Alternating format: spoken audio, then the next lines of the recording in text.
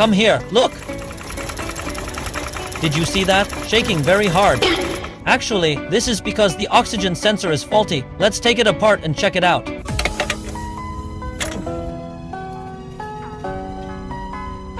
Wow, it has been covered with carbon deposits. Next, let's clean it.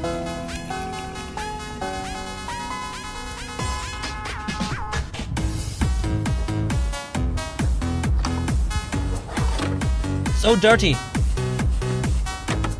Okay, it has been cleaned. Let's install it back. Restart the car. Let's look at the front. Let's put the water glass back in its place. Did you see it? No more shaking. How about it? Have you learned it? Follow me. The homepage has 1000 car knowledge.